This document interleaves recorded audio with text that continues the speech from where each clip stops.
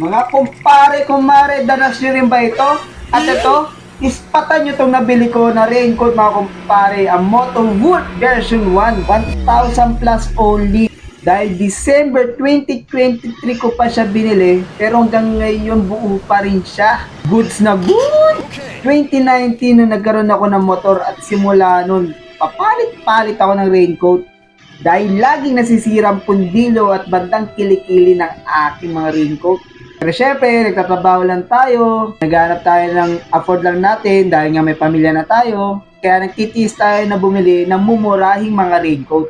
Kahit anong ingat ko, nasisiraan at nagsisiraan pa rin ako. Relate ka dyan sigurado. Kaya noon magpapasko, sabi ko deserve ko to.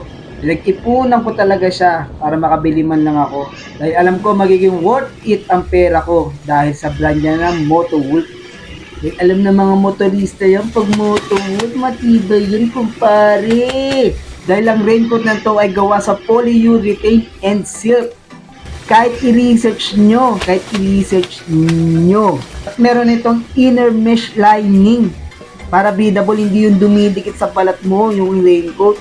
Windproof din ito para sa mga bagyo na malalakas yung hangin. Dahil 1, 2, 3, 4, 5, 6, 7, 8.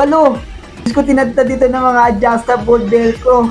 Walang patawad. At ang naging cause ko lang dito, kumare, ay madumihin siya. Kaya lagi nyo siyang lilinisin. At meron tong reflector, syempre, para sa gabi, pag nag-rides tayo, safe na safe. Dahil pinili ko ang kulay na neon para additional safety, kitang-kita tayo sa gabi. At hindi lang yun, ang looks ko, yung looks ng raincoat ko, napakaganda, di ba? Deserve natin to mga kumpare.